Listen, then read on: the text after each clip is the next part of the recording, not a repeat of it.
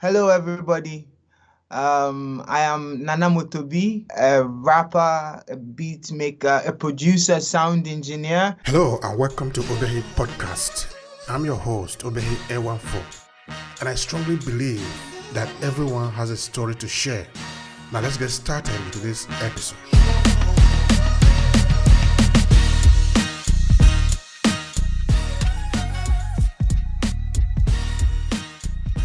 I'm from Ghana, and nice to meet you all. And let's hope this podcast brings out all information about me because I'm a lot of things in one. That's beautiful. That's beautiful. All right, let me know something at the other now. So, were you actually born in Ghana? Did you grow up there, or were you born in Italy? Help us understand that part. Well, I was born in Ghana. I studied in Ghana. Actually, I finished my studies in Ghana as a teacher. So I was a teacher, and then I came over to Italy at the age of 24, which is practically 2007. So 14, 15 years ago. 40, 50 years ago. What were you studying? I mean, okay, you studied and you were teaching. What were you teaching in Ghana? In Ghana, I was teaching in a primary school. As in mathematics, agriculture, and physical education. Your journey to Italy, to Europe. Tell me about that journey. Well, I had an invitation from an uncle who was living here in Italy, and I was like to come and work with him. I came purposely to work with him in his shop, and then on the way things were so tight, so the shop couldn't go on very well. So then I had to find other jobs. This was the main journey. So I took off by acquiring a visa, taking off. And I remember my first day because I was told it was summertime, so I didn't have to put on heavy clothing and all this stuff. So we got to Milan, Malpensa, around 4 a.m. And everybody, we were coming out of the plane. And then I come out of the plane, and the breeze that greeted me was like very cold. So I jumped back in. and then and then later when I saw my uncle and we were talking, I asked him, but you told me we are in summer, so I don't need heavy clothes and everything. And the kind of breeze I met here was very crazy. It was like, no, don't worry. It's like this at dawn during the day, you will see how things are. So this was how my journey was coming to Italy. Yeah. All right. So that is a breeze of welcome now. I mean, welcome to Europe. Welcome to Italy. Yes, welcome to Europe. Yeah. In fact, I was seeing one project of yours where it is written "Welcome to Europe." I don't know. Maybe it's a music that you did. Can you? Is that correct? Yeah, that was my first EP. My first EP I made. Yes, Welcome to Europe in 2018. Yes. Yes. That was my first, and an 8-track EP, which talks about how do I say it? Which talks about expectations we have in Africa about Europe, and then when we get to Europe, the different things we see. This in short, this was it. I had the opportunity to. It was an album that we made. I was part of the direction of a short movie, which is entitled "My Name Is Waski." At that moment, I was starting my music production journey, career studies in music production and all. And so there was this film we made, and it talked about the refugee status. We had, there was a certain moment when there was a boom in in refugees, our brothers coming over here in Italy from Libya, no? So we took, and they had certain difficulties. Obviously, when you get to a new place, you will have difficulty in adjusting to the system and understanding how the place works like or how the people are like. Yeah, yeah. Yeah, so we decided to make a movie on this to enlighten people, Italians and as well as Africans, of this kind of difficulty where we have obviously in getting into a new environment and understanding what really goes on. And that made me think, well, then there is a big issue, and why not make an album? And this came up as Welcome to Europe. So we traveled around Europe. Actually, the designer is a Congolese. I have the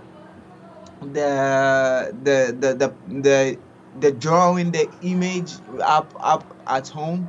It was a Congolese who made the drawing. He lives in the Netherlands. Yeah, so we had the opportunity to talk to various Africans, even some Pakistanis who live in various states, to understand what their difficulties, their positive aspects, their negative aspects, and everything. And this made me say, okay, why not make this album as my first EP of putting out music? Yeah. So by the time you made this album, you already have learned about music now. Can you let me know how you even got into music in the first place? Because in Africa, you said when you were in Ghana, you were a teacher. Yeah. But now we can see you now singing, making album. Can you help me understand how you got into music making? Well, anyway, back in Ghana, when I was studying I was having my education, I was always going to produce my demos, and I was performing, but I wasn't taking it like a serious occupation as a profession. I was having fun. It was nice to have fun with music. I come from a background. My mom is a chorist, and she is, because she still sings in the choir in the church.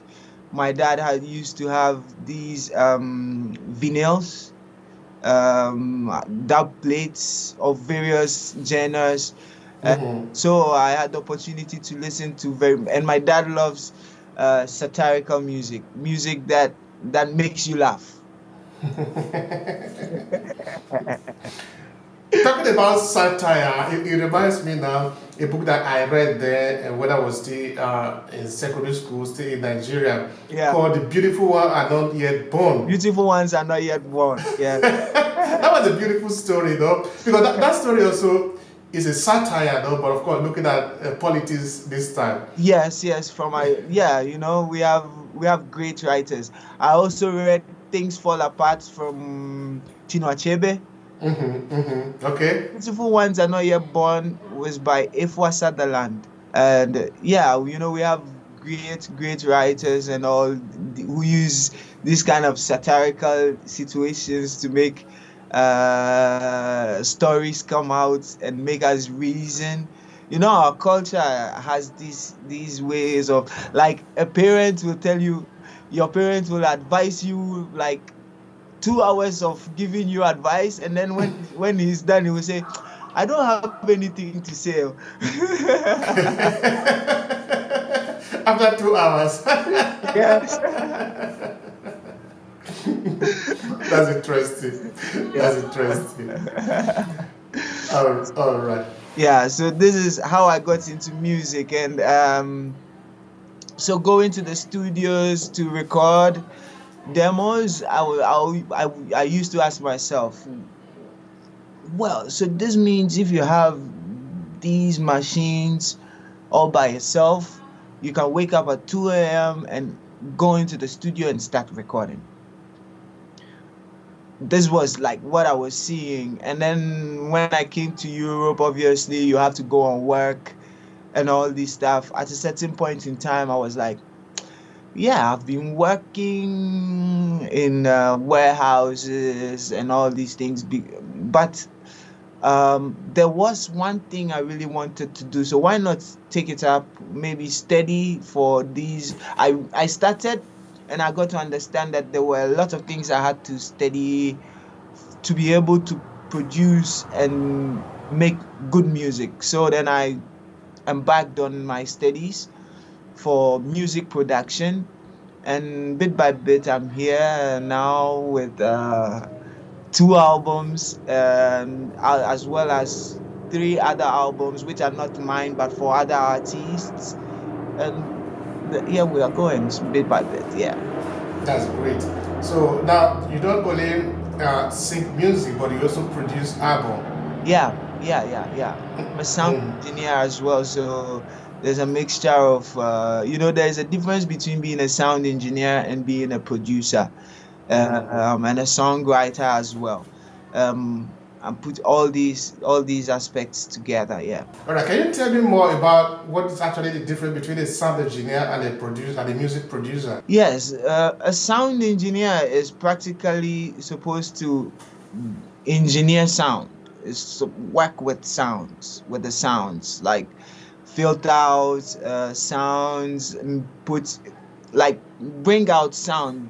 And nature has a lot of sounds, so record sounds. Mainly, yes, the sound engineer deals with the sound, so recording, processing of the sounds, signing them, mixing and mastering of songs, and the music producer goes with the production aspect, so takes takes a deeper look into the technical aspect related to music. So getting the notes right, getting your chords all right, selecting the right instruments for a song, checking on the tonality or the voice, texture, the styles, and everything. These are the main difference, and then seeing to it that the budget for the song is taken into consideration. So if maybe you have 200 euros for a song, and you pay 100 euro an hour, the song needs to be done in 2 hours. And getting artists for the song production and all these things. Yeah, these are the difference. The sound engineer works with the sound, and the producer works with the musical aspect. All right. Now, in sound engineering, when you are designing sound, what are some of the things that actually influence your decision on how to mix the sound, or what to include or what to avoid? Can you say anything about that?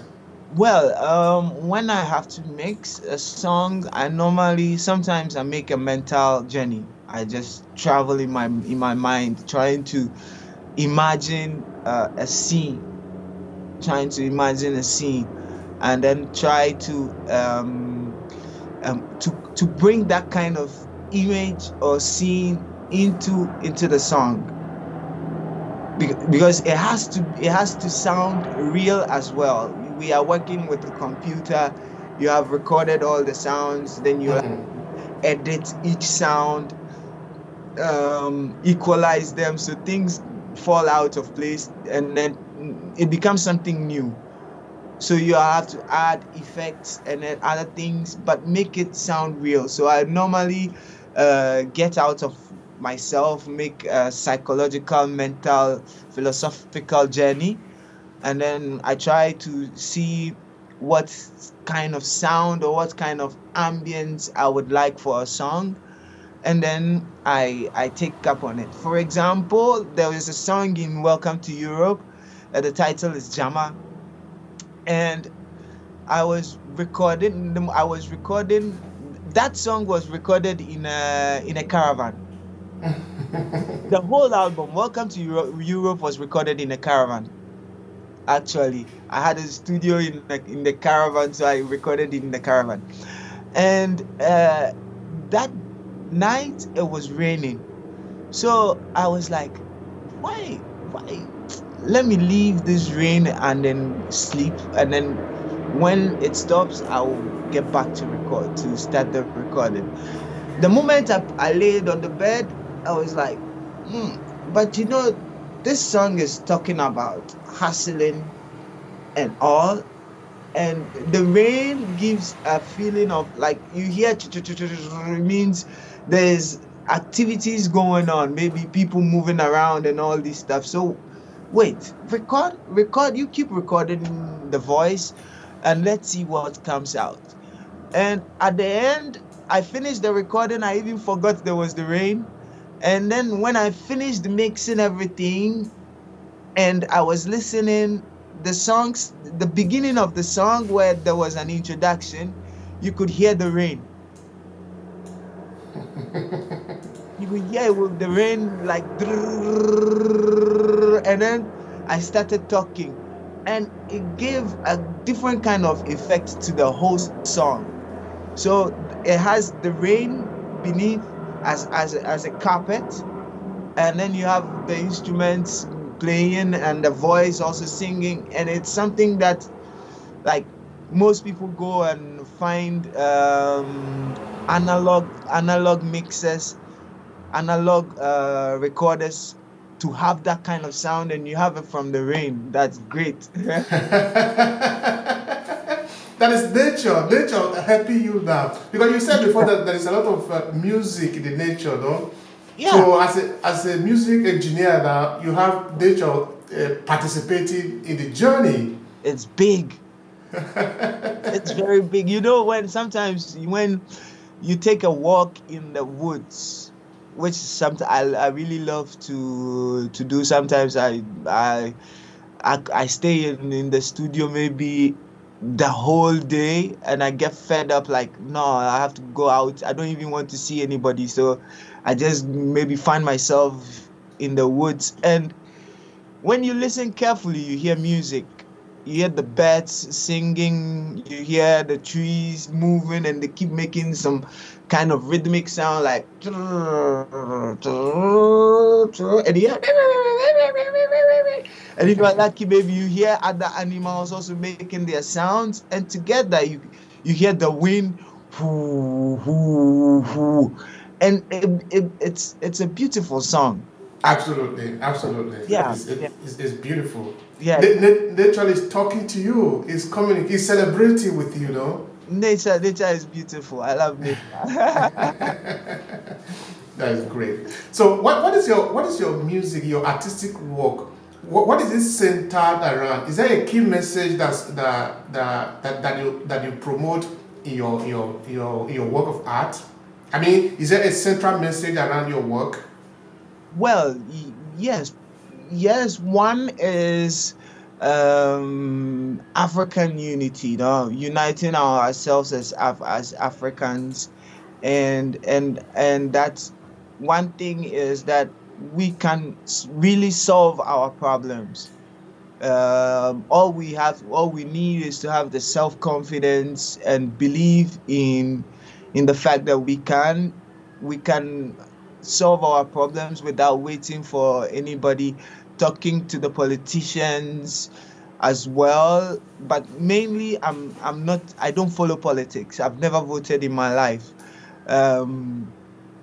But then talking with my fellow brothers and sisters on how we can unite, how we can feel, following the story of Pan-Africanism, and that is one of the topics. Another is talking about day-to-day hustle, day-to-day life. So I'm actually working on a new album, and the title is Energy. And there's one which says, "Energy is energy. If it's good, welcome. If it's bad, bye bye." Keeping in contact with nature is another thing, and being real. These are the messages I try to center myself across and having fun while listening to the various messages that come out. Sometimes, I feel like, okay, let's make a song for love, or sometimes I say, okay, let's make a song just to dance and forget about all our problems, because problems do come in, day out. You have to find a way to solve them, but you can't kill yourself. You'll have to live really strong to be able to solve all these problems. There is another song, video, which is a single, Paper, which talks not only about money but talks about our hustle as strangers in another man's land, where you need documents to be able to live here and live okay. If not, I know people who are here for about 20 years and they are not thinking about going home because they don't have documents, then and all this stuff. So yeah, talking about everyday life, trying to make trying to communicate with Africans mostly, that on the fact that we have problems and we can solve the problems. We don't need other people to solve the problem for us. We need to be conscious of what we have, of the resources we have, and make use of them. Because if we wait for the politician, he's not going to do it for us. I Yeah, like that. I like that. yeah. If we wait for the politicians, they are not going to do it. No, they won't. He's working. He's working for his family. He's there as a worker. Actually, we vote him in power, but he's there to work and take money home to his family. So to the average Ghanaian, to the average African in this case, who you are saying they can solve their own problem. Yeah. How do you think they can do that? What are the strategies you want to recommend for them? Well, there is a saying that Rome wasn't built in one day, and neither was Egypt built in one day. I'm talking about ancient Egypt, which also has a relation to us as Africans, as Black people, brown skinned people. So everything is by taking a step. One, seeing value in your own self. If you don't see value in your own self, nobody will respect you.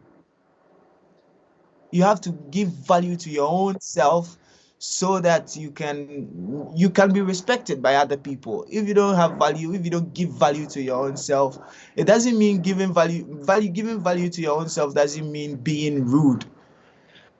It simply means looking at you and saying, I am a person, I have something I can give out to humanity.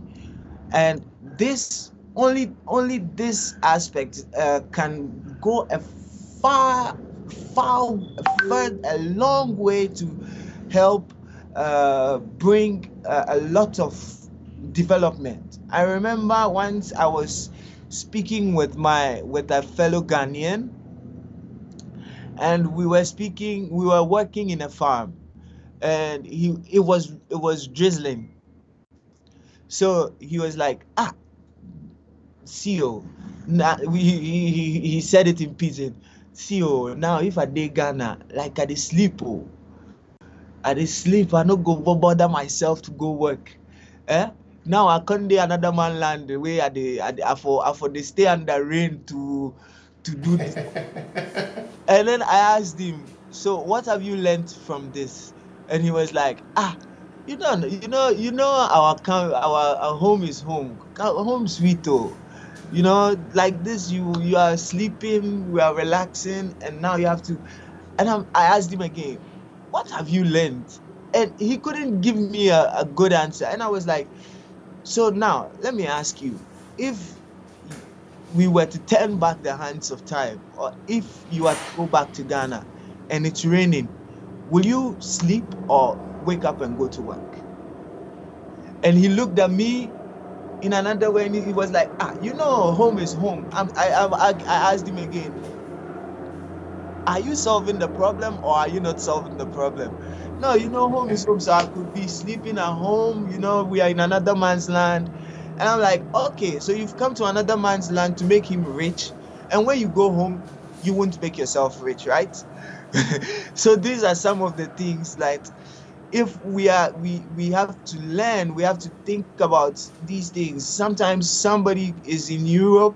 I have another project. We are working on a malaria elimination project. I devoted myself to make a song for this project, and I was talking with this scientist. He's a Ghanaian scientist, and he was like, he used to live in the UK.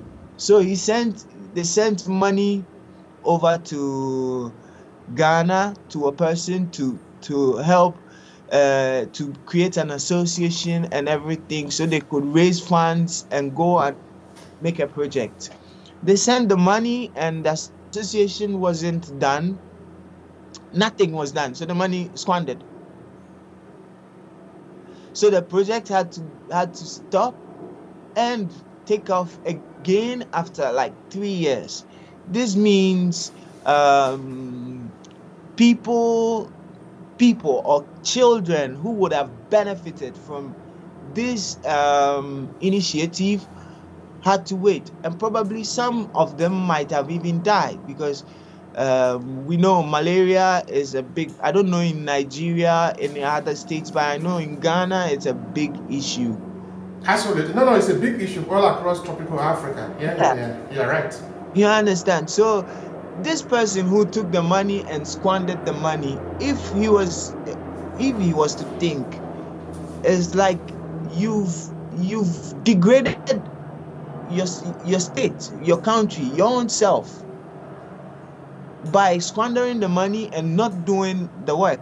If you do the work, probably people will be saved, and good health in a place means prosperity. So these are a few things that we have to take a look at as Africans and to start, because we have a lot of resources, bro.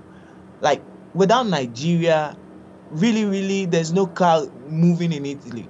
This is a real fact. If we are thinking. Yeah. Without Nigeria, there is no car moving in Italy here. NL takes his fuel straight from Nigeria. So, like, Ghana is a country sitting on gold, and we have been tagged as a third world nation. How can this be possible? If we take a look around Europe, even at the supermarkets, how many chocolates do we find on the shelves? A whole lot of chocolates. And Ghana is the second producer of cocoa in the world. Ivory Coast is the first. So, and Nigeria also has a lot of cocoa as well.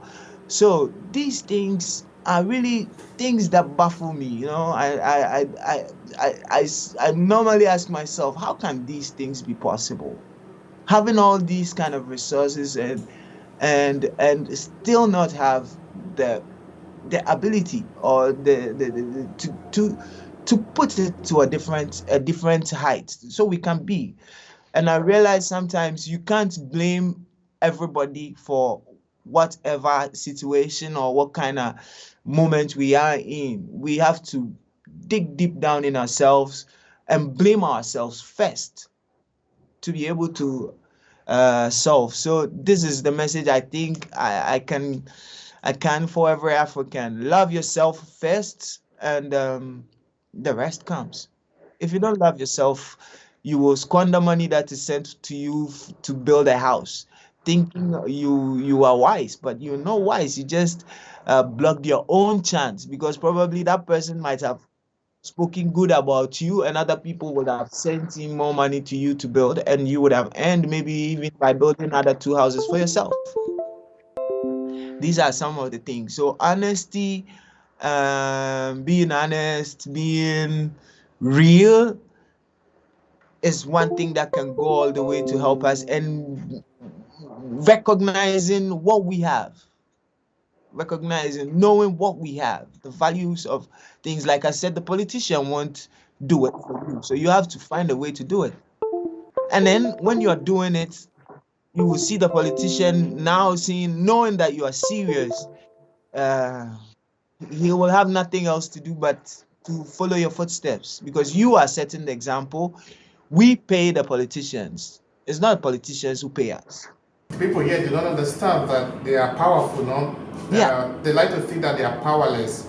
Yeah. And coming to think of it, no, I like the analogy that you gave before, where this fellow Ghanaian African was thinking that what makes him an African is to sleep, is to relax, no? Because it's home. Yeah. In home, we just go home and relax.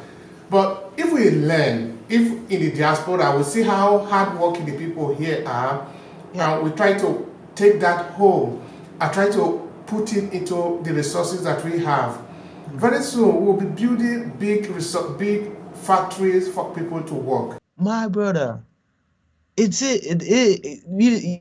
be, if we learn. One thing I always say is, some people say they came to Europe to make money. I say no, I didn't come to Europe to make money. I came to learn. Came to learn is like a calling, because actually, how many of us has made that money after 20 years or 25 years? Many of us are still here or you decided, no, maybe you've built a house by working daily in and out every day, but how much money have you really made to say, okay, I'm making a capital and I'm going back home? So we are here to learn a lot. Like, whatever we do is, and life is like that. No, they say life is a teacher in itself. The more you leave it, the more you learn. So that's beautiful. That's what Wale Adenuga Production used to say in Nigeria, and it's right this life. Yes, in this life, yes, So if it keeps teaching you each day, because then it's a daily thing. You wake up in the morning. Maybe yesterday I woke up, I was sad. I got to know that, I realized that the whole day was messed up for me. I have to think and see, yesterday I had a bad day. Why?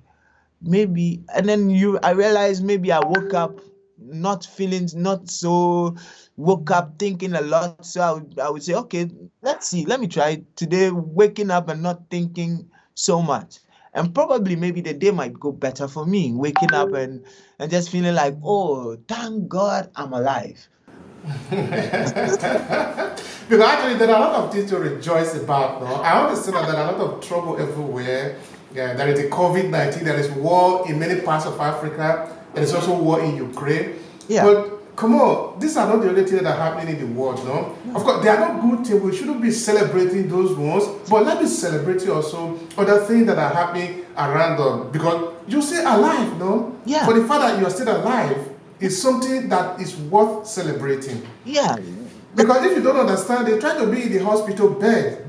You will see that the only thing that you're actually wishing for is to be well. You don't ask for money. You don't ask for anything else, just to be well. I know that you are well. You don't. You know, these are some of the things that, yeah. So, life. These are some of the things. So, if we are able to learn, just as you said, some of us don't learn about anything. We are living, and that's how anyway. The system has been designed. You know, you have to live life, and you have to run helter skelter like a crazy bull, and that's all. But really, as humans, or even animals, do think. Yeah, human beings, we are animals as well. But I think I always say the dog, maybe the two dogs. Normally, two dogs meet, maybe a Chihuahua and a pit bull, and you hear the Chihuahua bark, and then you see the pit bull looking at the Chihuahua and doesn't bark. So one day I was like, does this kind of thing happen? And I was thinking, I was like, probably the Chihuahua wants to tell the pit bull, hey, hello man, you think you're big? Man. And the pit bull looks at him and look at this small man. Oh, leave you. Yeah, so these are the few things that govern my music and my way of thinking. Yeah. There is an English writer, okay, now late, James Allen, who said, he wrote the famous book, what is it? As a Man Thinketh. That is the book. Yeah. It's a very interesting book. It's available both in audio and also in physical copy. Wow. He said that artists are the maker of the other world. That is, the other world that we don't see, they are the maker of it. They create it, they imagine it. Talking of Jesus, talking of Buddha, talking of talk of the world that we are imagining that we could be there. The creator of heaven. These are human beings. These are artists. Yeah. They give you the sense of life. Because without those things, many people will lose orientation. So artists, in this sense, are very helpful to the society because they help you interpret things that you don't see. Because a lot of people just like to live in bubble. They just jump here, because everybody is jumping around. So these two are jumping around, though. Yeah. A famous speaker, late Enan Gyat, said he described them as those that are following the follower. Yeah. And the follower is also following another person, Exactly. Instead of you asking yourself, what can you do? Who are you? What do you want? What makes sense for you? What makes you think? What makes you a human being? This, you are not able to define for yourself and pursue it. That equally means accepting the responsibility of the failure that will come your way because you are not going to blame it on another person. What you're saying is like I'm speechless because they all make sense. Being an artist, you are living in another kind of world. You see things differently. An artist normally sees things differently. One of the things that made me go work was like, okay, let me go and work and find money. But it got to a certain point in time when I was like, no, I'm not happy because I'm working, I'm getting paid, but this is not my purpose. My purpose is another thing, like seeing a lot of things going on and giving how to be able to communicate it out, and meeting other artists. I got to realize that no, this is something that is a common thing between artists, and you are not like everybody. You see things actually, as you're saying, from the other world. God whoever created human beings, the animals, trees, and all these things obviously was thinking in another way. Who came up with a computer, for example, was thinking in another way, obviously. And these kind of things also bring in, an actor would make somebody nowadays. I watched, there's one Nigerian young guy, he's very young, and he's a comedian. So he creates these short skits of comedies. You've even watched him. OGB. Yeah. Okay. Yeah. Yeah. And I like what he came up with. Something that is really entertaining but educating as well. You want collect woto. And so, like, these things about artists are something that is very, very important as well, to be able to come up with ways to make human beings, everybody in the society be active or stay on input, having fun at the same time, stay input and relieving stress while trying to solve problems. So yeah, what you are saying is really true. Artists do come from, they are on the other side of the world, actually. Thank you for that. Also, I was thinking of another thing, in that when you were referring to the Africans here, you look at yourself as you have come here to learn. That is how I see myself also, no? Wow. That in Africa, it's not like money is really lacking. It is not true. Money is not lacking in Africa. Not at all. And the resources to make money is also not lacking. What is lacking is the organization, the idea. Therefore, we need to learn. And if that is it, I think the Africans in the diaspora, I'm not saying that those at home do not have the possibility of learning.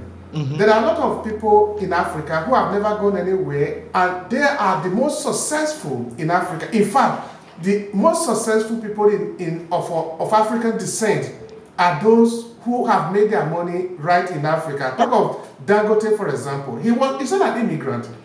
He didn't have to go and make his money in the United States or in Germany. He made it in Africa. Exactly. So it is not like we are running away from Africa because there is no money. That is not the point. We are running away because the system is so entangled. We are following a step that is not going to take us to where we want. Exactly. So now it's opportunity for those of us that are here. We need to learn. That is what we really need to do. Do you think people get the message? Well, I used to ask myself this thing, but I realized that there is a lot of movement going on, a lot of awareness creation. People are, yes, obviously, not all fingers are equal. So somebody might come to terms with these things that like we are speaking the same language at the moment, which means then a lot of people are also being enlightened on these things. And obviously, if we take a look at the ant is an animal that travels a lot, and probably due to traveling, it is very intelligent. It knows how to go and get food, store the food in its cave, till there's a certain point in time when there is rain and a lot of things, and it can't come out, so it stays in there coolly, feed itself. When it sees the environment is okay, it goes out to prepare another season, prepare itself for another season. So traveling in itself is something that is very good, and it opens you up. It opens you up to new experiences. You see different kind of lifestyles, different kind of situations. Probably if you are in one place, maybe you don't see that, but you can see a lot of things, and you can even see a lot of things that happen.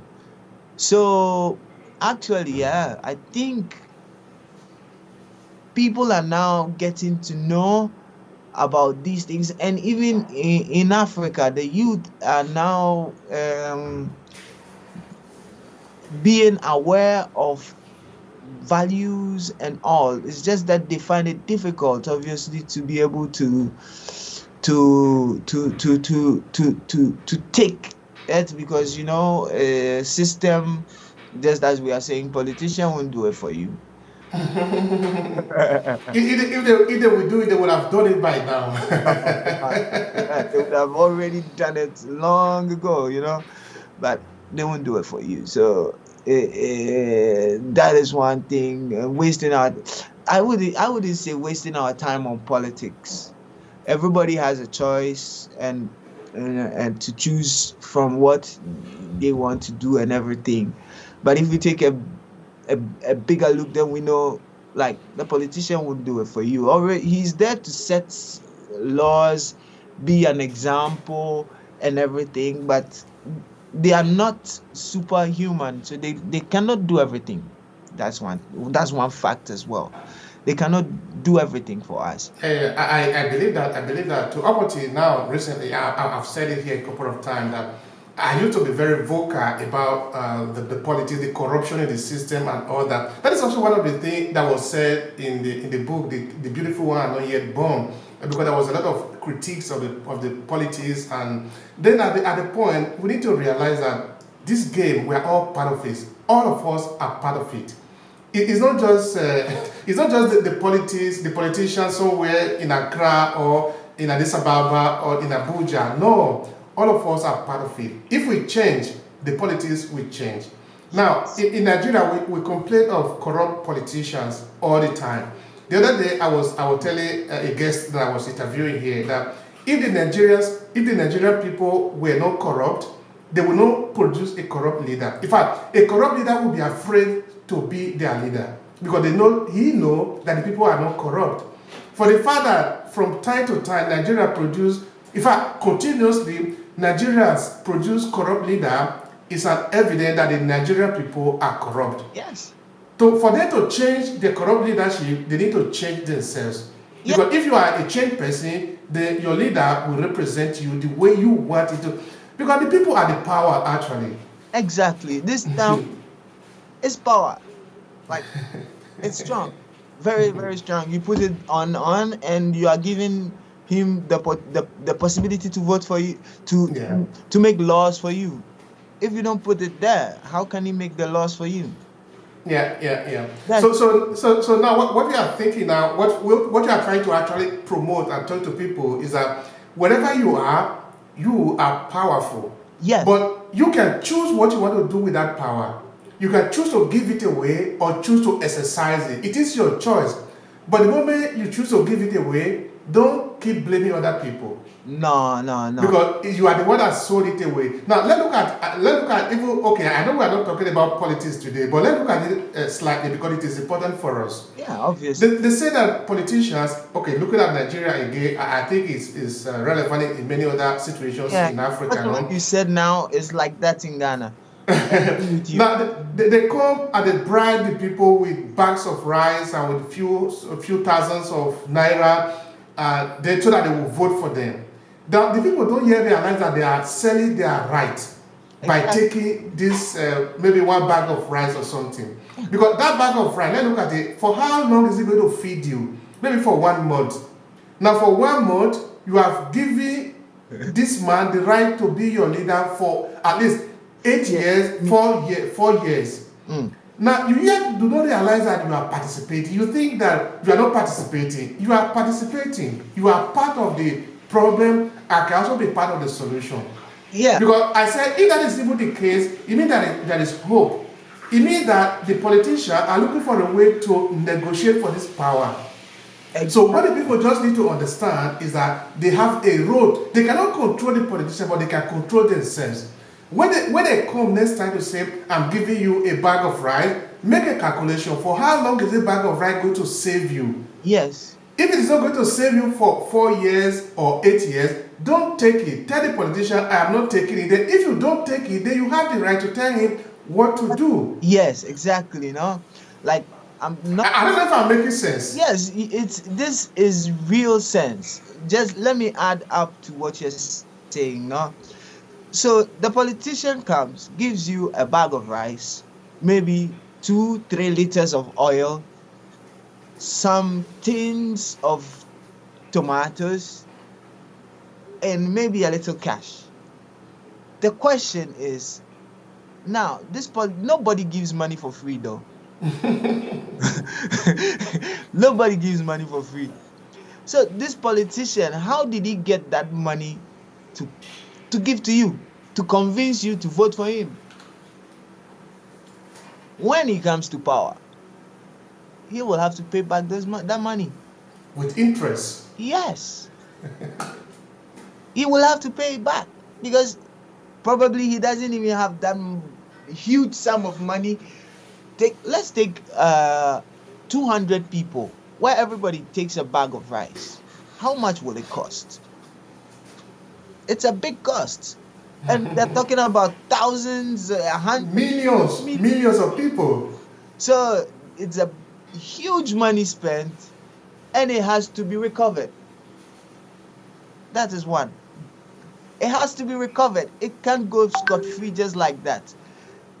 1. 2. Now in Ghana, for example, I know probably yes, people don't have the money to buy good cars or these things. So, we have these public vans and all these things. Sometimes they are tarted. Like you see a van that is going halfway, no? Is going halfway. If you don't take care, overloaded as well, and he's going on the road. It's a danger to the public. They're all in there, and they get to a police barrier, and the first thing to do is bring out a booklet with some amount in there, give it to the police. The police takes it, opens it up, sees it, okay, takes it, gives it back to you, and says, okay, safe journey. Obviously, you are telling the policeman to look over whatever kind of laws were broken,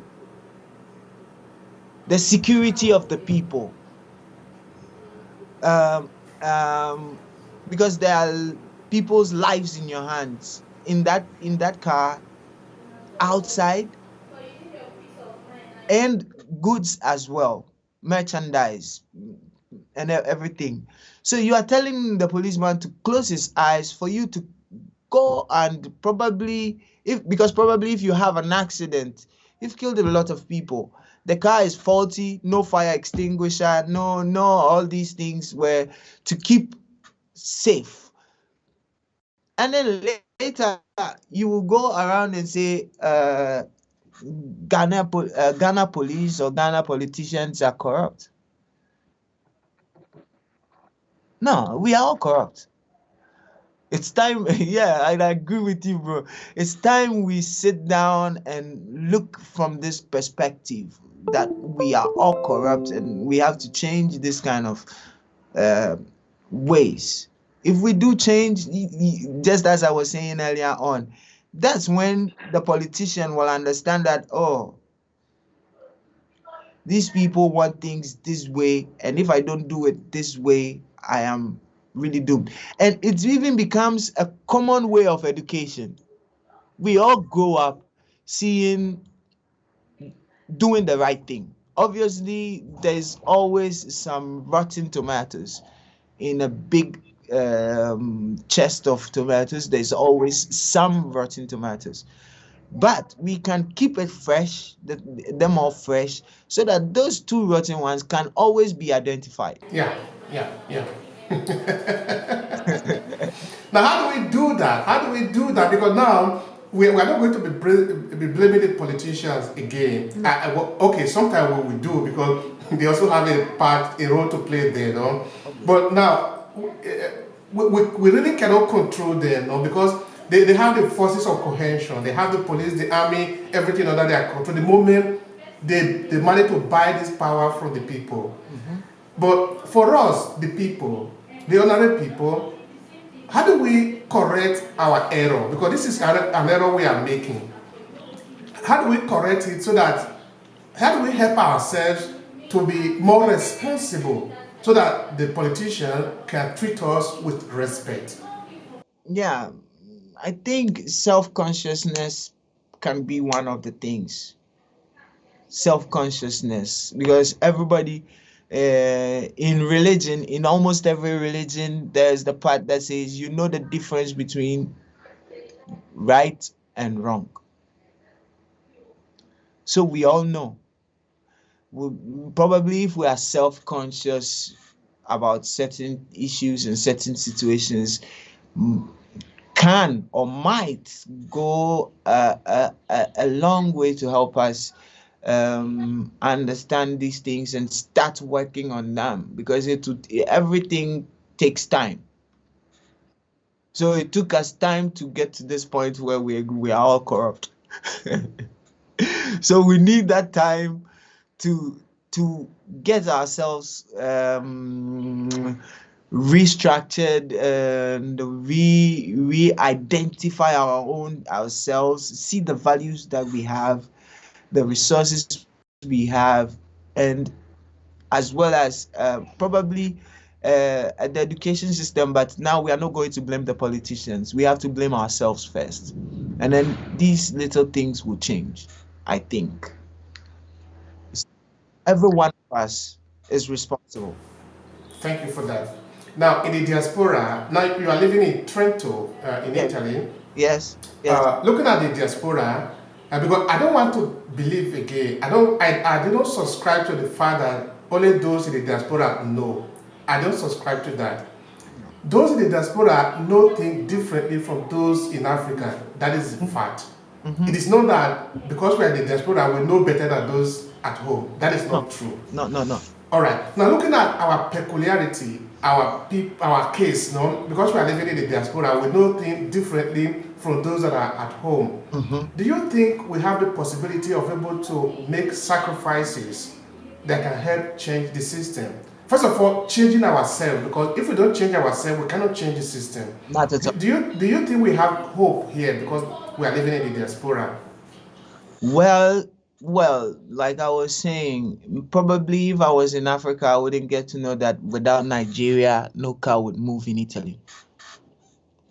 Probably I wouldn't know. I knew Nigeria had oil, one of the biggest producers of oil in the world, as one of the biggest oil reserves in the world. And probably if I didn't come to Italy, I wouldn't have known this little fact that without Nigeria, no car would move in Italy. So yes, we can do a lot. We are here to see a lot of things. We have a lot of Africans who have studied, and their theses are on shelves here. They are not in Africa. So we also have the possibility as well to help in all these things as well. Yeah, but it's up to our mind setting, our ways of thinking, our ways of action, being together, not backstabbing our own selves. I can't be the righteous man, but then just as I was talking, self-consciousness, being self-conscious. But I think, yeah, we have to play. It's our duty to play a part. All right, Nana, how do we begin to develop that self-consciousness? Because that doesn't resolve only the problem of development. It resolves all the problem Yeah. surrounding us and surrounding the kind of life that we live. Yeah. It's so crucial. How do we develop it as a people? This is one big question, and if I say I can give you all the solution, it's not possible. But I think everybody taking a part in educating him or herself to understand these little facts, like what religion has done to us as Africans, is something immense. You can say that again. It's very immense, man, bro. I'm not trying to tell maybe a Christian or a Muslim that you are wrong or not, but it's a big division.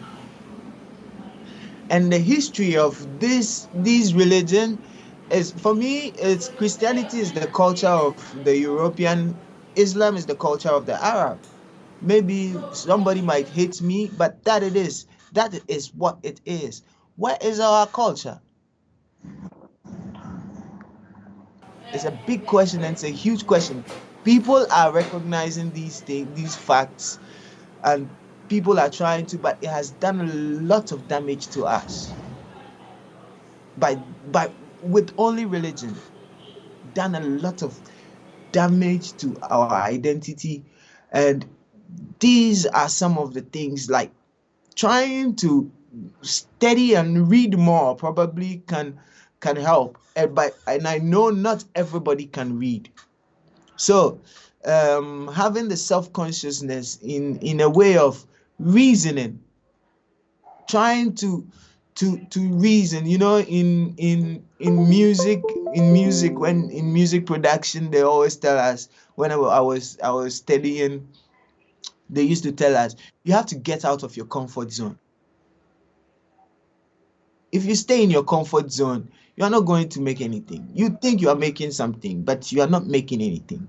You get to get out of that comfort zone. So um, take a little step out of where you are and what makes you feel so comfortable, and take a look at that comfort zone.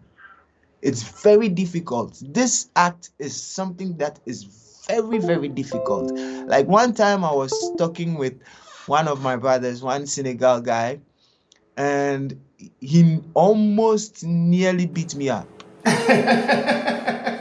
nearly beat me up because I was telling him, like, bro, why is it that? Because he's a Muslim. So I was asking him, why is it that your God, which language do you speak? He's like, I speak Wolof. Why is it that your God doesn't speak to you in Wolof, but he speaks to you in Arab? And he was like, no, don't come close. No. I'm like, no, bro. I'm not trying to say that, but try to reason a little bit on this. It's the same God. Allah, God, Buddha, Hindu. In my language, in my traditional language, is Nyankopon. In Nigerian, In my language, it's Sedobwa. Sadobwa, it's the same thing. It's the same supreme being. So, if they are speaking to us in our language, it's going to be a very big thing for us because we can understand our God very well. We can understand Him clearly, much better. Because if my God is speaking to me in Chi, he will tell me, like, for example, in my mother tongue in Chi, there's no word like refugee. It doesn't exist. In English, there's the word refugee. In Italiano, you say rifugiato. So these are little things that obviously our God can speak to us. Allah speaks in Arab, so he speaks with the Arab people. He speaks with them in Arab. What you are saying, my brother, is a common sense. Yeah. But like they said, common sense is not common anymore. No. It's common, but not common to common people. All right, thank you so much for the conversation. Actually, I could stay here for a very long time because it's so valuable what we are talking about here. All right, now how can people connect with you? Let's close it there. Of course, another occasion we can open up the conversation. Yeah. You can connect with me on all social media handles like Facebook, Instagram, LinkedIn. On LinkedIn, I'm Nana Kofi Osei. It's my real name. All the socials, Twitter, YouTube. You just type in Nana Motobi. My studio's name is Abepe Show. So ABEPESHOW. You can contact us. And one thing I wanted to talk about in this August is the second edition, actually fourth edition, because I'm the artistic director for a festival, which is Amwabia Festival, and it goes all the way to even explain what we've talked about some of these days, where it is a festival for the independent woman, but from a point of view where we create an equal stance. So an equal stance for Africans to really understand the fact that we see women as a different thing. Not really. Some people do not disrespect women, but practically what I've observed is that majority of us really do respect women. Like your mom, you see your auntie on the street and you want to help her to carry her things and all these things. On the other side here, it's not like that. Looking at the way the Italians do their things, it's not like that. You see, so it's a festival where we can exchange ideas from different perspectives, different walks of life, different experiences. Enjoy listening to music, stay with the family. Because when we say woman, like there is a wise saying that goes, when you educate a woman, you educate the nation. If you educate a man, you educate only one person. That is important. That is important. Obviously. So this festival is also Amwabia Festival, always in Trentino. You can also check that up on all social medias. AMOAHBIA Festival. And we have artists from various parts of Africa and Europe as well coming together to celebrate the independent world.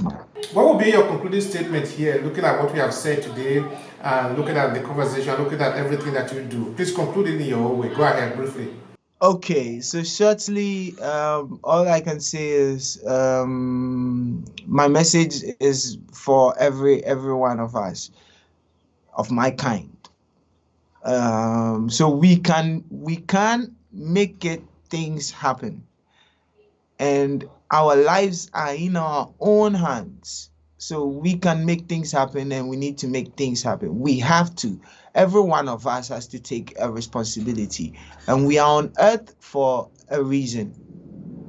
Life is a journey, but we are not here just to come and then die and go. We have a purpose on earth.